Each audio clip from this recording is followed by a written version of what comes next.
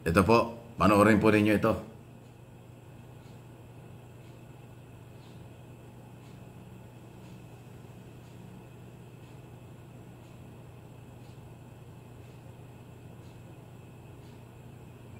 Ayan o. Yan yung mga kandidato ng kailang grupo. Yung mga Makaduterte. O yan. Yan ang gimmick nila. Yan kailang operation pakilala ba ito. Ang director yata at producer ay si Robin Padilla. Na siyang presidente ng PDP Laban. Ganito ba yung kandidatong gusto nyo? O yan o. O. Ha. O yan o. Yan. Yan ba yung gusto nyo kandidato? Ayan o. Bahala kayo. Pinapakita ko lang. Oh, yan ang kailang gimmick eh. Parang gusto yata nilang mag-taekwondo. Gusto yata nilang maging, ayan oh. Kita mo? Actually, yung kailang ginagawang yan, operation pakilala. Pero luma ng gimmickan yung ganyan eh. Kasi ito for publicity lang. Pero kung tutuusin mo, ito ba ang solusyon sa maraming problema ng ating bansa? Ganitong mga galaw? Ayan. Kaya ko pinapakita. Tinatanong ko lang po. Okay, magagalit. Kasi ginawa nila yan eh. Ginawa nila yan para talaga sila'y pag-usapan. Pero ito ngayon, pinag-usapan natin. Dito sa aking channel, MA Pinoy TV. Yan ba ang kailangan nating mga senador? Ganyan bang klaseng galaw? Ganyan bang klaseng gimmick? Ang dapat nating iboto para sila'y maging senador? Yan bang kailang mga galaw na yan? Yan ba ang solusyon ng napakaraming problema ng ating bansa? Sa ekonomiya, seguridad, kahirapan, kalusugan, education, West Philippine Sea issue, at marami pang iba. Kalamidad, climate change, yan ang solusyon. Si Robin Padilla nangunguna eh. Kasi siya nga yung presidente ng kailang partido, siya yung parang nagtuturo doon sa mga kandidatong yan. Mga kandidato po nila yan eh, ng PDP Laban. Well, pasintabi na, gimmick nila yan para pag-usapan. Kaya nga napapag-usapan ngayon. Ako, mas magkaka-interest ako at ipapanawagan ko pa sigurong bahala kayong suportahan sila kung gusto nyo kung ang kanilang sinasabi, yung kanilang plataforma. Yung kanilang gustong gawin kung sakaling maging senador. Yung kanilang agenda para sila maging magaling na senador. Yung kanilang mga plano para resolbahin at tulungan ang gobyerno at maisalba ang kahirapan ng mga Pilipino. Yan ang gusto kong marinig at makita. Pero yung ganon, pang showbiz na galaw yan eh. Malinaw lang na binubuhay ni Robin Padilla bilang presidente ng PDP Laban yung kanyang mga kandidato na ganyang karakter, ganyang pagkatao, ganyang level ang kanyang kandidato.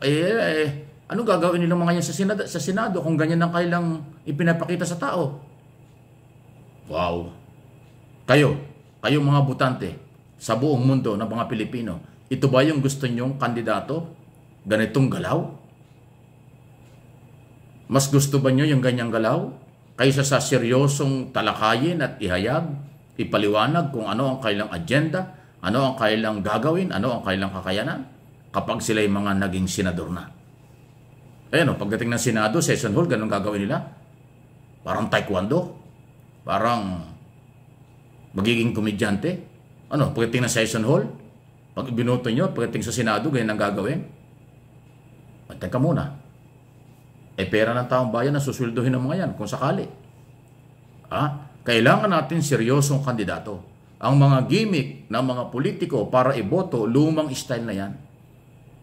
Matuto na tayo, ilang dekada na tayong nabubudol ng mga gimmick, sumasayaw, kumakanta, magaling magsalita. Ito, may mga pa-comedy galawan.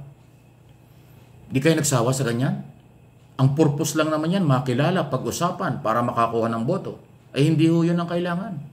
Hindi yan ang magiging solusyon para maresolba ang napakaraming problema, pangkalikasan ng ating bansa katulad ng aking mga sinabi.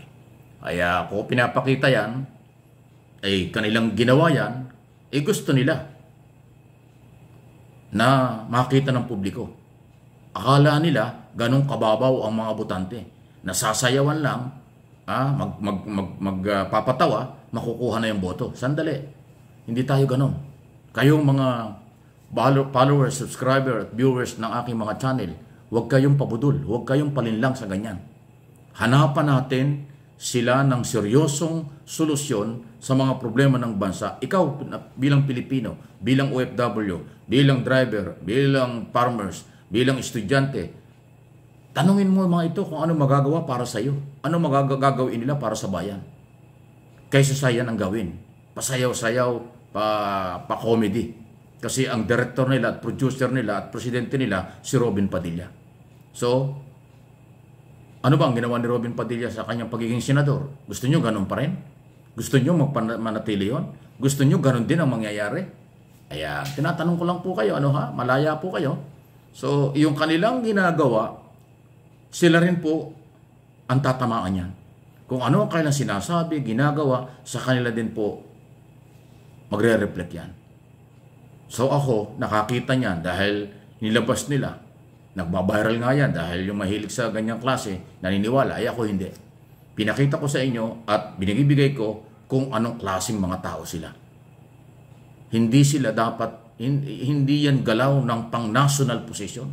Pang-showbiz na galawan yan eh. O pang-sports na galawan yan eh. Eh di doon lang kayo sa showbiz, doon lang kayo sa sports. Baka mas maraming makikinabang doon. Pero sa politika, national position, senador ng republika, napakaseryosong posisyon. Napakataas na posisyon. Kasi institusyon ng pamahalaan, ang Senado ng Pilipinas. Kasama kayo sa Philippine Congress. Pag sinabing Philippine Congress, both Congress and Senate yan. Ang upper and lower chamber na tinatawag natin. Mataas at mababang kapulungan. So mataas na kapulungan ang pinag-uusapan. Senado ng buong Pilipinas. Tapos ganyan na makikita nyo. Ano sa palagay nyo? Inulit ko. Yan ba ang kailangan natin? Ganyang mga gimikan? Iboboto na ninyo? Ay, maawa kayo sa inyong sarili at sa inyong pamilya. Yan po yung aking opinion dyan. Huwag padala sa gimmick. Huwag padala sa propaganda. Kailangan seryoso na mga plataforma. Seryoso na mga dapat gawin at kakayang gawin. Kung ano ang gagawin kapag naging senador na sila. Yun ang kailangan nating makita. Meron ba sila nun? Meron ba silang kakayanan? Meron ba silang plataforma? O wala? Kaya dyan sila nakapokus sa pagbibiro, comedy, sports, kung ano. Wow! Huwag pabudol, huwag palinlang, maging matalino sa pagboto kung gusto nyo ng pagbabago at kaunlaran ng inyong buhay at ng buhay ng ating mga anak at mga apo at magiging Pilipino pa. Diba? Ganun kasimple lang. Please like, share ng ating mga video. Muli, Merry Christmas po sa ating lahat. Salamat po. Mahigit ng 100,000 yung subscriber po nitong isang channel na ito, MA Pinoy TV. Salamat po. Binigyan niyo ako ng maagang pamasko kasi akala ko hindi aabot ng 100,000 subscriber bago magpasko. Pero nung isang araw pa, umabot na ho ng 100,000. Ako, malaking utang na loob po sa inyo. At yan ay challenge sa akin. Lalo ko pang palalakasin at gagawin ko po ang lahat ng mga tamang balita at impormasyon gusto kong iparating sa inyo at gagawin po nitong channel na ito. Katulad na kung anong ginagawa ko dun sa Mike Abby Opinions na ngayon ay nasa 373,000 subscriber na. Ito, gagawin ko rin pa rin ho para makahabol, para lumakas pa ito. Salamat po. Bago magpasko, umabot na ng 100,000 plus ang subscriber ng channel na ito. Merry Christmas! Advance Happy New Year sa lahat ng mga subscribers at mga viewers ng aking mga channel sa buong mundo. Kasama na yung hindi pa, kaya sama na kayo rito.